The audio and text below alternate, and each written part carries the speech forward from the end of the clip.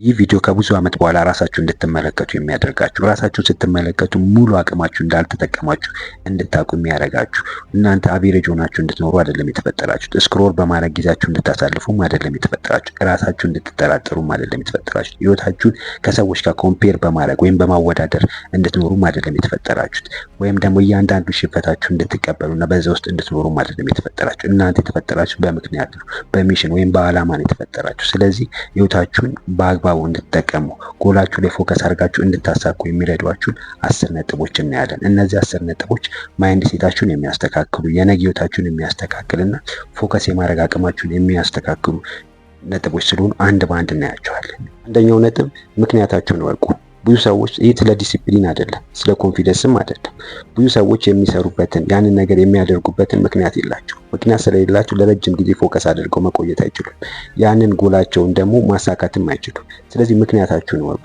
ያንን ነገር የምታደርጉት ቤተሰባችሁን ለማኩራት ነው። ያንን ነገር የምታደርጉት የድህነታችሁን ለማቆም ነው። እናንተ ጋር እንዲቆም እና ሀብታም የመሆን ፍላጎት ኖሯችሁ ነው ያንን ነገር የምታደርጉት። የልጆቻችሁ ጥሩ ህይወት ለመስጠት ነው ያንን ነገር የምታደርጉት። አገራችሁ ላይ አንድ ነገር ለመፍጠር ነው። ያንን ነገር ስትለዩ ምክንያታችሁን ስታውቁ ኢነርጂ፣ አቅም፣ ፎከስ የማድረግ አቅም እና ጎላችሁን የማሳካት እድል ይኖራችኋል። ስለዚህ ምክንያታችሁን በመለየት አንድ ትንሽ ከተማ ውስጥ የምትኖር አንድ ወጣት ነበረች። ያቺ ወጣት እናቷን በሞት ምክንያት ታጣለች። በበሽታ ሳይሆን ልጅቷ ያጣችው ገንዘብ በማጣት ምክንያት እናቷን ማሳከም ባለመቻሏ ምክንያት እናቷን ታጣለች። ያቺ ወጣት አንድ ውሳኔ ትወስናለች። እኔ ከዚህ በኋላ ዶክተር ነው መሆነው፣ ማንም እናት በገንዘብ ማጣት ምክንያት መሞት የለባትም ብላ ትወስናለች። ያንን እንዳረገች እዛ ከተማ ውስጥ እዛ የምትኖርበት ቤት ውስጥ መብራት የለም፣ ኢንተርኔት ኮኔክሽን የለም። እሷ የምታጠናው ወጥታ አስፋልት ዳር ባለው ብርሃን ነው የምታጠናው የነበረው። ከዓመት በኋላ የምትፈልገው ቦታ ላይ ደረሰች። ያንን ነገር አሳካች። ለምትፈልጋቸው ሰዎች ደረሰች።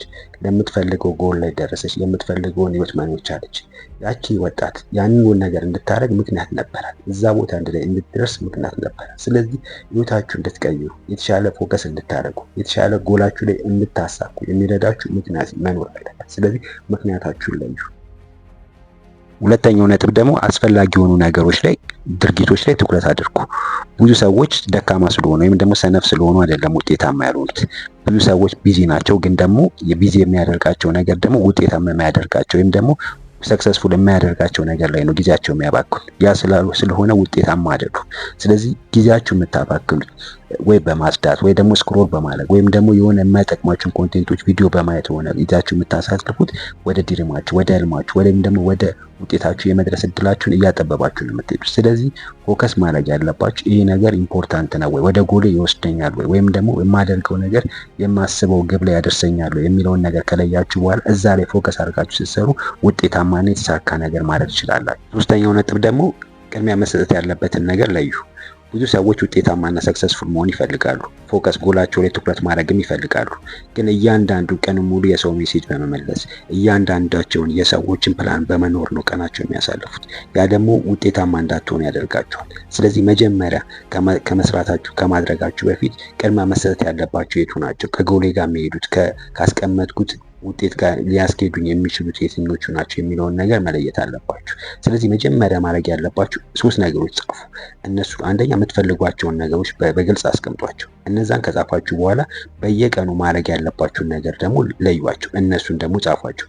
ሶስተኛ ነገር ደግሞ ጎላችሁን አስቀምጡ። ያን ካረጋችሁ በኋላ በየቀኑ ኮምፔር አድርጉ። ከጎሌ ጋር በየቀኑ ማደርገው ነገር ካስቀመጡት ጎል ጋር እየሄደ ነው ወይ የሚለውን ነገር ለዩ። ያ ካልሆነ በትክክል ከጎላችሁ ጋር ማች የማያደርጉ ድርጊቶች በየቀኑ የምታደርጉ ከሆነ እነሱን ቆም ብላችሁ ማስተካከል ይኖርባችሁ። ያ ከሆነ ግን በጎላችሁ ጋር እየሄዳችሁ ከሆነ እነሱን በመቀጠል ህይወታችሁን ማስተካከል ትችላላችሁ ነው። ስለዚህ እነዚህን ነገሮች ኮንትሮል በማድረግ ቅድሚያ መስጠት ያለባቸውን ነገሮች ቅድሚያ በመስጠት በህይወታችሁ የሚያስፈልጉትን ነገሮች በማድረግ ውጤታማ መሆን ትችላላችሁ። አራተኛው ነጥብ ደግሞ ሰዓታችሁን ካልኩሌት አድርጉት። ብዙ ሰዎች ሰዓታቸውን በምን እያሳለፉ እንደሆነ ቢዚ ናቸው፣ ግን በምን እያሳለፉ እንኳን እንደሆነ አያውቁትም። ስለዚህ ህይወታቸውን ዝም ብለው ነው እያሳለፉ ያሉት። ወደ ጎላቸው በማይወስዳቸው ነገር፣ ወደ ውጤት በማያመጣቸው ነገር ነው ጊዜያቸውን እያሳለፉ ነው። ኢማጂን አድርጉ።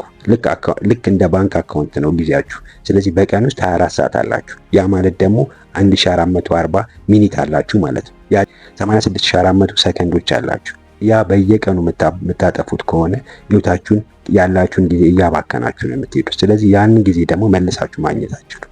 ስለዚህ ህይወታችሁ ላይ ምን አይነት ነገር ነው እያሳለፋችሁ ያላችሁ? ትላንት በምን አሳለፋችሁ? ምን ያህል ሰዓት ደግሞ ሶሻል ሚዲያ ላይ አጠፋችሁ? ምን ያህል ሰዓት የሰዎችን ህይወት በማውረድ ጊዜያችሁን አሳለፋችሁ? ስለዚህ ያንን ሰዓት ያንን ነገር በማትለዩ ከሆነ ጊዜያችሁን በአግባቡ ማትጠቀሙ ከሆነ ህይወታችሁን መቀየር አትችሉም።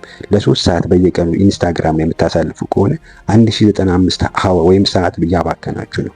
ስለዚህ 45 ቀን ደግሞ በአመት ውስጥ እያባከናችሁ ነው ማለት ነው። ያንን አዲስ ስኪል ብትማሩበት ወይም ደግሞ ሰዎች ፊት መናገር የምትችሉበትን ፕራክቲስ ብታደርጉ፣ ሶስተኛ ደግሞ ሀቢት ብትገነቡ ወይም ደግሞ ወደ ግባችሁ የሚወስዳችሁን በየቀኑ ኤክሰርሳይዝ ብታደርጉ፣ መጽሐፍ ብታነቡ፣ ያንን ብታደርጉ ህይወታችሁን ትቀይራላችሁ። ስለዚህ በምንድን ነው ሰዓታችሁ የምታባክኑ? ስለዚህ እነዛን ነገሮች ለመቆጣጠር በየቀኑ ማድረግ ያለባችሁን ነገሮች ጻፏቸው። እነሱን ደግሞ ከጻፋችሁ በኋላ በየሰዓቱ ከፋፍላችሁ አስቀምጧቸው። ያን ስታደርጉ የሚባክነውን ሰዓት መቆጣጠር ትችላላችሁ። ሰኛው ነጥብ ደግሞ አቅማችሁን በሰዓታችሁ ተጠቀሙ። አቅማችሁ ሙሉ ቀን ሙሉ እኩል የሆነ አቅም አይኖራችሁ። ስለዚህ ቢያንስ ማክሲመም የሆነ ቤስት የሆነ ቨርዥናችሁን ለመጠቀም ቢያንስ 3 ሰዓት ነው ያላችሁ፣ ወይም በቀኑ 3 ሰዓት ነው ትክክለኛ መጠቀም የምትችሉት። ስለዚህ ሰዓታችሁን ያንን ሰዓት በምንድን ነው እያሳለፋችሁ ያላችሁ? ኢንስታግራም እየተጠቀማችሁ ወይም ኢሜል በየሰዓቱ ገብታችሁ ቼክ በማድረግ ወይም ደግሞ ስክሮል በማድረግ ጊዜያችሁ የምታሳልፉ ከሆነ ያን አቅማችሁ መጠቀም የምትችሉበትን ሰዓት እያባከናችሁ ነው። ስለዚህ ጠዋት ተነስታችሁ ከ11 ሰዓት እስከ 2 ሰዓት ያለውን በአግባቡ ብትጠቀሙበት፣ ኤክሰርሳይዝ ብታደርጉ ወይም ደግሞ መጽሐፍ ብታነቡ ወይ ደግሞ ለህልማችሁ የሚጠቅማችሁን ስራዎች ብትሰሩባቸው ህይወታችሁን መቀየር ትችላላችሁ። አዲስ ስኪል ብትማሩበት ወይም ደግሞ ብትጽፉ ወይም ፕላን ብታደርጉ ወይም ደግሞ ለነገ ህልማችሁ የሚረዳችሁን ነገር ዲዛይን ብታደርጉ፣ ያንን ብታደርጉ ሰዓታችሁን ያንን መጠቀም ያለባችሁን ሰዓት በአግባቡ መጠቀም ትችላላችሁ እና ውጤታማ መሆን ትችላላችሁ። ስለዚህ ሰዓታችሁን በአግባቡ ስትጠቀሙ ህይወታችሁን መቀየር ትችላላችሁ። 6ኛው ነጥብ ደግሞ ነገ አደርገዋለሁ የሚለውን ነገር አቁሙ። ብዙ ሰዎች ነገ አደርገዋለሁ እያሉ ያላቸውን ነገ ማሳካት የሚፈልጉትን ነገር ጎላቸው ላይ ፎከስ ማድረግ እንዳይችሉ እያደረጉ ነው። ስለዚህ ነገ አደርገዋለሁ ስትሉ ቀስ በቀስ የምትፈልጉትን ነገር እያጣችሁ፣ ያላችሁን ሞራል ያላችሁን ኮንፊደንስ እያጣችሁ እና ቀስ በቀስ ራሳችሁን እየገደላችሁ ነው የምትሄዱ።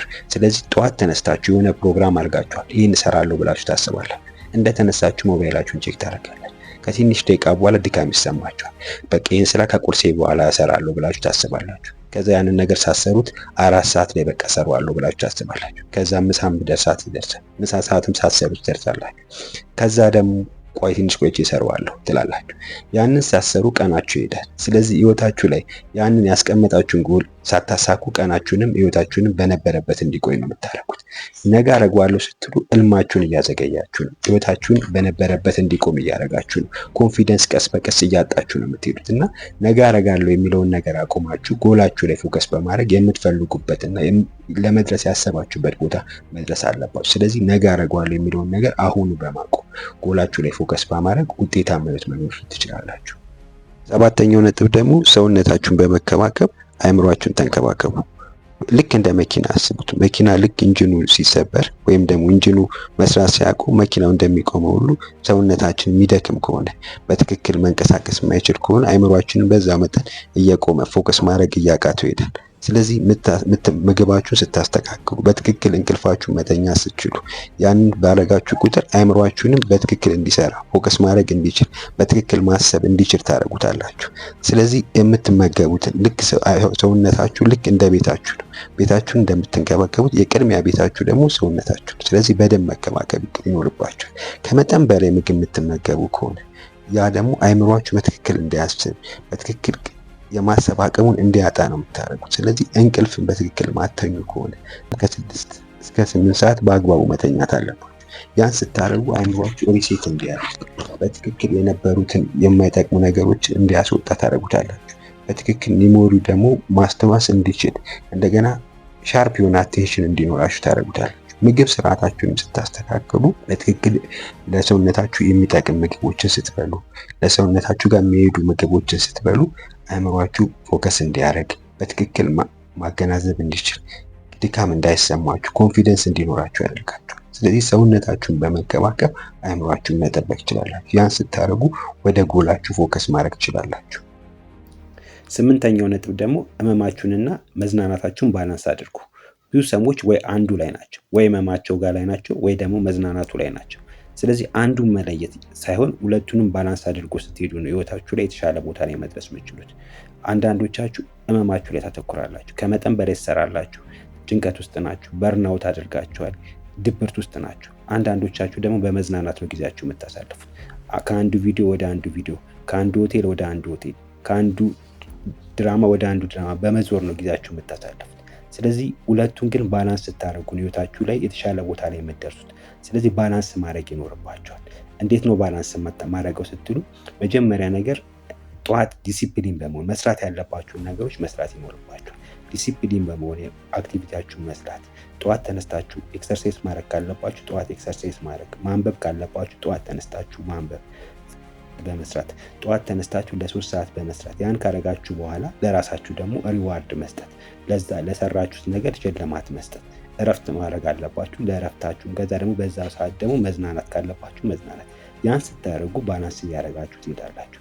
ግን አንዱ ላይ ከሆነ ስራችሁን ማሰሩ ወይም ደግሞ መዝናናቱ ላይ ከሆነ ወይ ደግሞ ከመጠን በላይ እየተጨነቃችሁ እየሰራችሁ ብቻ ከሆነም ደግሞ ህይወታችሁን ባላንስ ማድረጋችሁ። ስለዚህ ሁለቱንም ባላንስ ስታደርጉ ጎላችሁን የተሳካ ማድረግ ትችላላችሁ፣ ውጤታማ ህይወትን መኖር ትችላላችሁ። ስለዚህ ያንን ባላንስ ስታደርጉ ነው ህይወታችሁ የተሻለ ቦታ መድረስ የሚችለው።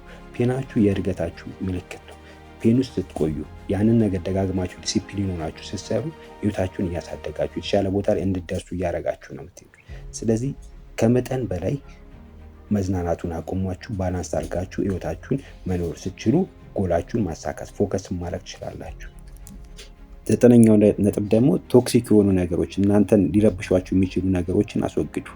አእምሯችሁ ደካማ ስለሆነ አይደለም፣ ወይ ደግሞ ድሪማችሁ ስለሞተ አይደለም፣ ወይም ፎከስ ማድረግ ስላቃታችሁ አይደለም። ግን በዙሪያችሁ ያሉ ሰዎች ወይም ደግሞ በዙሪያችሁ የምታያቸው ነገሮች እናንተን ውጤታማ እንዳትሆኑ አድርጓችኋል። ለምን? የሚረብሿችሁ እናንተ ደካማ ናችሁ፣ ወይም ደግሞ እያያችሁት ያላችሁ ቪዲዮ እናንተን በየቀኑ የምታደርጓቸው ሞባይላችሁ ላይ ስክሮል ስታደርጉ ስለምትውሉ ህይወታችሁን እያበላሻችሁ ነው እና የምትፈልጉትን ነገር ማሳካት አልቻላችሁም። ስለዚህ ቶክሲክ የሆኑ ሊረብሿችሁ የሚችሉ ፎከስ እንዳታደርጉ ሊያደርጓችሁ የሚችሉ ነገሮችን ማስወገድ ይኖርባችኋል፣ መስራት ይኖርባችሁ። ወይም በትክክል ልትሰሩ ከተቀመጣችሁ የሚረብሿችሁን ነገሮች ካጠገባችሁ ማድረግ፣ ሞባይላችሁ ከሆነ ሞባይላችሁን ከምትሰሩበት አካባቢ ማድረግ፣ መዝጋት ያለባችሁን ሶሻል ሚዲያዎች መዝጋት። ያን ስታደርጉ ፎከስ አድርጋችሁ መስራት ትችላላችሁ እና ወደ ጎላችሁ መጠጋት ትችላላችሁ። ሊረብሿችሁ የእናንተን እርብ የሚያጣጥሉ ሰዎችን ደግሞ ከአጠገባችሁ ማራቅ ይኖርባችኋል። ያንን ሳታደርጉ ህይወታችሁን የተሻለ ቦታ ላይ ማድረስ አትችሉም። ስለዚህ ያንን ባረጋችሁ ቁጥር፣ በትክክል እነዚህን ሰዎች ካጠገባችሁ ባራቃችሁ ቁጥር፣ እናንተን ሊረብሿችሁ የሚችሉ ሶሻል ሚዲያ የምትሏቸውን ኮንቴንቶች ባራቃችሁ ቁጥር ህይወታችሁን ማስተካከል ትችላላችሁ። አንዳንድ ነገሮችን መተካት ነው የምትችሉት። አሁን ጠዋት ተነስታችሁ ከዚህ በፊት ሞባይላችሁን ቼክ በማድረግ የሚረብሻችሁን ቪዲዮ የምታዩ ከነበረ አሁን በሌላ ሀቢት መተካት፣ መጽሐፍ በማንበብ ወይ ደግሞ ኤክሰርሳይዝ በማድረግ። ያንን ባረጋችሁ ቁጥር እነዚህ የሚረብሿችሁን የነበሩ ነገሮችን ማራቅ ትችላላችሁ። ስለዚህ ህይወታችሁንና የተሻለ ቦታ ላይ ማስቀመጥ ትችላላችሁ እና ጎላችሁን አቺቭ ማድረግ ትችላላችሁ። ስለዚህ እነዚህን ነገሮች በማስተካከል የተሻለ ቦታና ጎላችሁን አቺቭ ማድረግ እንድትችሉ ያደርጋችኋል። 10ኛው ነጥብ ደግሞ አሰልቺ የሆነው ደጋግማችሁ የምታደርጉትን ነገር ውደዱት። ትርጉም ያለው ውጤታማ ህይወት መኖር የምትፈልጉ ከሆነ ስለጓጓችሁ አይደለም፣ ወይም ደግሞ አንድ የቫይራል ስለወጣችሁ አይደለም። አሰልቺ የሆነውን ነገር ደጋግማችሁ ማድረግ ስለቻላችሁ ነው። በየቀኑ አንድ አይነት የሆነ ነገር ወይም ደግሞ በየቀኑ ያንን ተመሳሳይ የሆነ ነገር ደጋግማችሁ ስታደርጉ ህይወታችሁን መቀየር የምትችሉት። አሁን ሶፍትዌር ኢንጂነር መሆን የሚፈልግ ሰው መማር ይኖርበታል። ያንን ነገር ደጋግሞ ፕራክቲስ ማድረግ ይኖርበታል። ያንን ነገር ደጋግሞ ስለሚያደርግ ነው ያንን ነገር ማስተር ማድረግ የሚችለው። ያን ስታደርጉ ውጤታማና የተሻለ ቦታ ላይ መሆን ይችላላችሁ። ኤዲተር መሆንም የፈለገ ሰው ደጋግሞ ያንን ነገር መማር ይኖርበታል። ደጋግሞ ያንን ነገር ፕራክቲስ ማድረግ ይኖርበታል። ያን ሲያደርገው ነው ውጤታማ መሆን የሚችለው። ስለዚህ አሰልቺ የሆነውን ነገር ደጋግማችሁ ባረጋችሁት ቁጥር ህይወታችሁን መቀየር ይችላላችሁ። ጠዋት ተነስታችሁ በየቀኑ ኤክሰርሳይዝ ማድረግ አሰልቺ ሊሆን ይችላል፣ ግን ያንን ነገር ባረጋችሁ ቁጥር ኮንፊደንስ ይኖራችኋል። እንደገና ደግሞ ጤናማ የሆነ ህይወት ይኖራችኋል። እንደገና ደግሞ ፎከስ ማድረግ እንድትችሉ ያደርጋችኋል። ስለዚህ ያንን ተደጋጋሚ ነገር በየቀኑ ስታደርጉ ህይወታችሁን እየቀየራችሁ ውጤታማ ህይወት የመኖር እድላችሁን እያሰፋችሁ ትሄዳላችሁ። የምትፈልጉት ጎል ላይ ደግሞ ፎከስ እንድታደርጉ ያደርጋችኋል። ስለዚህ ደጋጋማችሁ የምታደርጉትን አሰልቺ ነገር ውደዱት። እነዚህን 10 ነጥቦች ህይወታችሁ ላይ ስትተገብሩ በትክክል ያንን ነገር ማድረግ ከቻላችሁ ውጤታማ ህይወት መኖር ይችላላችሁ። የምትፈልጉትንም ጎል ማሳካት ይችላላችሁ። ዛሬ ከምን ለመጀመር አስባችኋል?